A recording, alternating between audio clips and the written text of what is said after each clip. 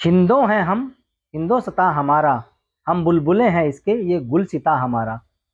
ये चंद लाइनें हिंदुस्तान में सिर्फ महज कहने और सुनने को तो हैं, लेकिन हिंदू और मुस्लिम के जो कट्टरवादी लोग हैं, उनकी राजनीति के चलते बहुत सारे ऐसे इलाके हैं देश भर में जहां से हिंदू लोग पलायन कर रहे हैं। चाहे वो नैनीताल हो, चाहे वो हल्द्वानी हो, चाहे वो कैराना हो, चाहे वो आसाम हो, मणिपुर हो, केरला हो, ऐसे देश भर में सैकड़ों इलाके हैं जहां से बड़ी संख्या में हिंदू लोग पलायन कर चुके हैं।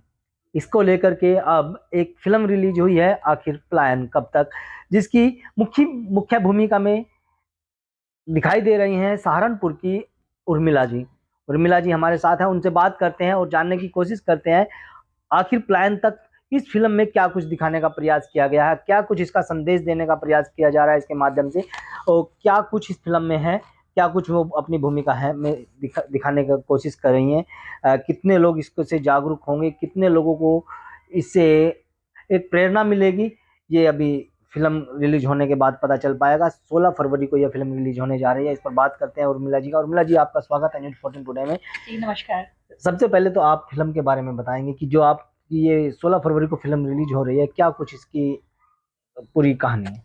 देखिए, कहानी तो मैं नहीं बताऊंगी, कहानी तो फिल्म देखने पर पता चलेगा। हमारा जो टाइटल है आखिर पलायन कब तक, ये अपने आप में दिखा रहा है कि पलायन कब तक, और एक सत्य घटना के ऊपर आधारित फिल्म है ये।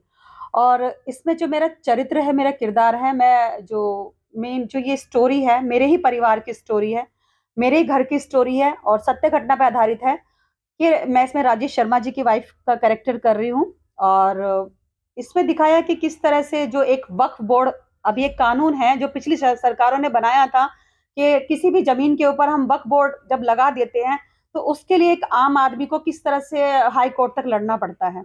अगर वो आम आदमी कोई गरीब हो या लाचार हो, तो जिसके पास खाने के लिए पैसे तक ना हो, तो जो खाने का जुगाड़ करता हो घर के अंदर, तो वो वक्फ बोर्ड को हटाने के लिए कहाँ, आपको क्या लगता है कि सुप्रीम कोर्ट तक जाएगा? क्योंकि उसको तो पहले अपने खाने का इंतजाम करना पड़ेगा। तो ये कहने का तात्पर्य ये है कि जो हमारी पिछली सरकारें आई हैं, मोदी जी की सरकार से पहले उन्होंने ये कानून बनाया था वक्फ बोर्ड। तो उसमें क्या होता था कि अगर मैं कहूँ, मैं किसी हिंदू और मुसलमान की मैं बात नहीं करूंगी, जो एक सत्ताधारी आदमी होता है, एक पावरफुल आदमी होता है, उसमें चाहे हिंदू हो चाहे वो मुस्लिम हो, तो ये क्या होता है, मुस्लिम उसमें जो पावरफुल वाला आदमी होता है वो जो गरीब होता है या लाचार होता है, उसकी जमीन को हथियाना वक्फ बोर्ड के माध्यम से और उस पे अपना दबदबा जमाना। और इस कानून में ये बात है कि इस कानून में जब हम इसकी शिकायत के लिए हम किसी थाने में जाते हैं, पुलिस स्टेशन में जाते हैं, तो वहां पर कोई सुनवाई नहीं होती। इस कानून में क्या होता है कि हमें उसी आदमी के आगे जाके गिड़गिड़ाना पड़ता है जिसने हमारी जमीन पे कब्जा किया है। तो इस फिल्म का यही बताने का वो है कि लोगों को बताना है, समझाना है, और हमारा उद्देश्य यही है कि ये कानून हटना चाहिए। तो जैसे आपने बताया सत्यता पर आधारित है, आपके परिवार से भी इस फिल्म की कहानी तालमेल जी। खा रही है, तो कहीं ना कहीं देखा जाए तो ये जो राजनेता हैं, चाहे वो विपक्ष के हों विपक्ष के हों, उनकी मनगढ़ंत कहानी के चलते ये कानून बनाया गया है। जी हाँ, अब अगर मैं कहूँ तो हम भारत में रहते हैं, हिंदुस्तान में रहते हैं, और हमारे जो भारत में हिंदू भी हैं, मुसलमान भी हैं, सभी तरह के धर्म के लोग रहते हैं। और आपस में अगर मैं अभी अपने आम आसपास देखूँ तो सभी हम लोग मिलके रहते हैं, भाईचारे के साथ रहते हैं। लेकिन कुछ ऐसे उपद्रवी और अजारक तत्व ऐसे होते हैं कि जो आपस में हमें भिड़त कराते हैं, लड़ाई झगड़े करवाते हैं आपस में, और वो लड़ाई झगड़े कराने के बाद उनका वो फायदा उठाते हैं। तो इसमें यही इस कहानी में बताया गया है।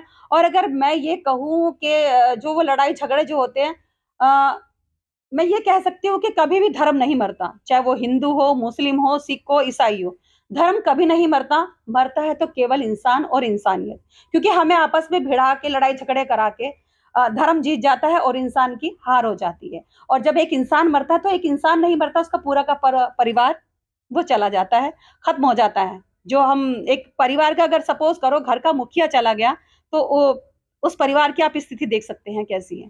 तो बस हम धर्मों के नाम पे आपस में लड़ रहे हैं, तो हमें यही करना है कि इन सब चीजों को, लड़ाई झगड़े को, या इस कानून के माध्यम से भी जो लोग बहुत सारे इस तरह के लोग हैं, उपद्रवी लोग हैं जो लड़ाई झगड़े कराते हैं हिंदू में मुसलमान में, जबकि आपस में अगर आप देखोगे तो मेरे यहाँ तो मुस्लिम लोगों का भी आना जाना है, हिंदू का भी है, और सभी आपस में बैठ के खाते हैं पीते हैं आपस में।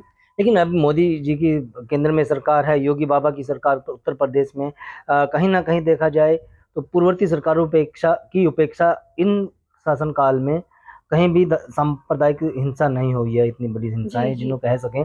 लोग पलायन नहीं कर पा रहे हैं, लेकिन ये पहले की घटनाएं हैं जिनका आप फिल्मों में भी जिक्र किया गया है और आपके द्वारा बताया जा रहा है।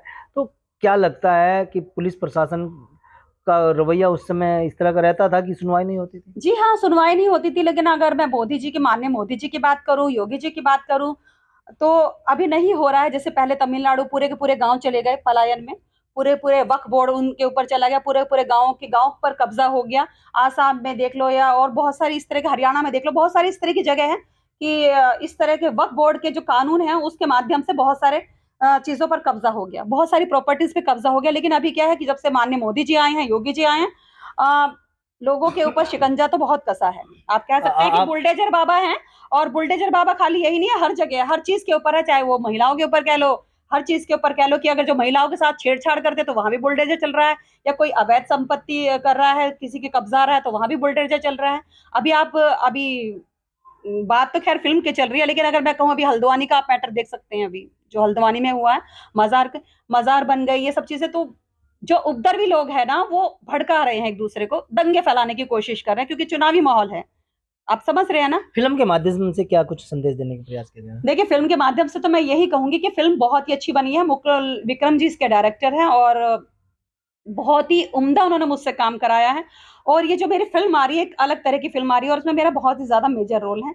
और ये बहुत ही स्वीट, इनोसेंट और ठहराव वाला कैरेक्टर है।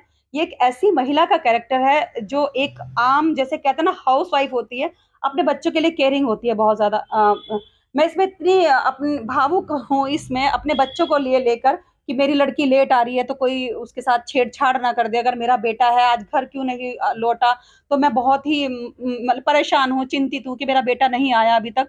तो वो सारी चीजें इसके अंदर दिखाई गई है, जो एक माँ होती है, टिपिकल माँ होती है, टिपिकल हाउस वाइफ होती है, जो अपने बच्चों के लिए केयरिंग होती है बहुत ज्यादा। वो प्रॉपर जो कैरेक्टर है वो इस फिल्म में दर्शाया गया है। और आप फिल्म देखेंगे तो लिटरली ये फिल्म बहुत अच्छी है, दिलों को छूती है, एक सत्य घटने के ऊपर आधारित है, और जितने भी सब इसमें कलाकार थे सभी ने बहुत उम्दा काम किया है इसमें। अभी हम प्रोमो देखे हैं, प्रोमो में कई जगह पुलिस के पास फरियादी जा रहे हैं, उनसे अपनी प्रार्थना पत्र दे रहे हैं, उनसे रिक्वेस्ट कर रहे हैं, अर्जी लगा रहे हैं, फरियाद उनके सामने कर रहे हैं। पुलिस भी कहीं ना कहीं उनको नजरअंदाज कर रही है। तो नहीं, ये नजरअंदाज नहीं कर रहे। मैंने अभी आपको बताया ना, जो कि जो वक्फ बोर्ड है ना, ये कानून, आप इस कानून के बारे में पढ़िए। जहां पर भी एक वक्फ बोर्ड का कानून लग गया ना, तो उस कानून में क्या होता है, उस कानून में यही होता है, वो कोई भी पुलिस या कोई थाना इसकी सुनवाई नहीं करता, तो ये वक्फ बोर्ड उसकी सुनवाई करता है। तो हमको साबित करना पड़ता है कि ये जमीन हमारी है। जी। तो अब दर्शकों को क्या कहेंगे इस फिल्म को लेकर? दर्शकों को तो मैं यही कहूंगी, चाहे वो सहारनपुर से हो और या बाहर से हो, मैं यही कहूंगी, क्योंकि फिल्म बहुत एक सेंसिटिव सब्जेक्ट के ऊपर ये बना है, ये टॉपिक। जैसे कि मैं कश्मीर फाइल्स बनी थी, इसी तरह का ये सब्जेक्ट है, बहुत ही दिल को छूने वाला सब्जेक्ट है। बड़ी मतलब इनोसेंट सब्जेक्ट होंगे कि एकदम गर्म मुद्दा है ये बहुत ज्यादा। अगर आप देखेंगे तो आपको फिल्म देखने में मजा आएगा। और डायरेक्टर ने मुझसे बहुत अच्छा काम करवाया, क्योंकि मैं खुद लाउड हूँ। आज तक मैंने जो सीरियल्स किए हैं, फिल्म्स किए हैं, बड़े लाउड कैरेक्टर किए हैं, नेगेटिव कैरेक्टर किए हैं, लेकिन इस फिल्म में मैंने बहुत ही ठहराव वाला कैरेक्टर किया है। आप सहारनपुर जनपद की रहने वाले, और सहारनपुर मंडल की बात करें तो 3 जनपद इसमें आते हैं, चाहे वो मुजफ्फरनगर हो, शामली हो, कैराना हो और सहारनपुर भी हो। तो सहारनपुर मंडल में कई बार पिछली सरकारों में हिंसाएं हुई हैं, जहां से लोग पलायन करने को मजबूर हुए हैं। कैराना कांड आप देख लीजिएगा, दुनिया भर में उसकी निंदा हुई है। तो क्या उससे भी जोड़ा गया है फिल्म के कुछ हिस्सों? देखिए, कैराना से तो नहीं जोड़ा गया है, ये अलग एक उत्तराखंड में इसकी पूरी शूटिंग हुई है, मैं आपको बताऊं। और त्रिवेंद्र सिंह रावत जी, जो हमारे पूर्व मुख्यमंत्री हैं, उन्होंने इसका उद्घाटन किया था। वो शूटिंग पे रहे भी हैं, आए भी हैं, काफी लोग भारतीय जनता पार्टी के इसमें इन्वॉल्व थे। और ये जो फिल्म है पूरी की पूरी जो हमारी फिल्म की जो शूट हुआ है वो उत्तराखंड में हुआ है, पूरा उत्तराखंड की पृष्ठभूमि के ऊपर ही दिखाया गया है। ये अच्छी फिल्म है, आप देखेंगे तो बहुत ही अच्छी है। मतलब कहीं ना कहीं देखा जाए तो जहाँ जहाँ छुटपुट घटनाएं हुई हैं, हाँ जहाँ से पलायन हुआ, तो उस वहीं से उसका एक जी मैसेज इस तरह का दिया जा रहा है कि ताकि लोगों आपस में भाईचारा बनाए रखें, सांप्रदायिक जी हाँ, इस सद्भावना। फिल्म में ऐसा कुछ नहीं है कि हमारा जो मोटिव है इस फिल्म को दिखा के हिंदू मुस्लिम दिखाना है, लड़ाई दंगे कराना है, ऐसा कुछ नहीं है। बहुत सारे लोग ऐसे बोलते हैं कि जैसे कि जैसे इसका नाम है आखिर पलायन कब तक, और वक्फ बोर्ड के ऊपर इसमें सारी चीजें हैं। हमारा उद्देश्य कोई भी सांप्रदायिक दंगे फैलाना नहीं है इस फिल्म में। सिर्फ यह है कि लोगों को जो कुछ गलत कानून बना दिए गए हैं उन कानून को हटाना है। क्योंकि ये कानून क्या है कि बहुत सारे इस तरह के, मैं अब कहूँ कि उपद्रवी लोग हैं जो समाज के नाम पे अपना दुकानें चला रहे हैं और समाज को ऊपर रख के वो आपस में भिड़त करवा रहे हैं। चाहे उसमें बहुत सारे मुल्ला मौलवी हैं, कट्टरपंथी हैं, वो हमको लड़ा रहे हैं। तो उन चीजों को खत्म करना है हमारा उद्देश्य, बस। अक्सर इस तरह की फिल्में जब रिलीज होती हैं तो उससे पहले सेंसर बोर्ड भी हाँ पूरी तरह से उसको टेस्ट करता है, देखता है। कोई खामियां होती है तो उसको उन सीन्स को काटा जाता है। क्या कोई फिल्म में ऐसा कोई आया है? नहीं, ऐसा कुछ नहीं है, और सेंसर बोर्ड से पास है क्योंकि बड़े पर्दे की फिल्म है। ऑल ओवर इंडिया रिलीज हो रही है ये, चाहे आप कहीं भी कहो। चाहे सहारनपुर में 2 हॉल में रिलीज हो रही है, और देहरादून कह लो, देहरादून से तो खैर शूटिंग है, वहाँ 3 हॉल में रिलीज हो रही है, और ऑल ओवर इंडिया रिलीज हो रही है। और इसका जो स्क्रीनिंग है वो 14 तारीख को हो चुकी है मुंबई में। लेकिन मैं यहाँ पर अभी कुछ भारतीय जनता पार्टी के साथ सक्रिय रूप से काम कर रही हूँ, तो मैं अभी किसी कारणवश मैं मुंबई नहीं जा पाई। तो मैं आप मूवी देखेंगे अपनी? हाँ जी, मैं देखूंगी भी, और सभी को मैं सादर आमंत्रित करती हूँ कि सभी सहारनपुर वासी इस फिल्म को ज्यादा से ज्यादा देखें।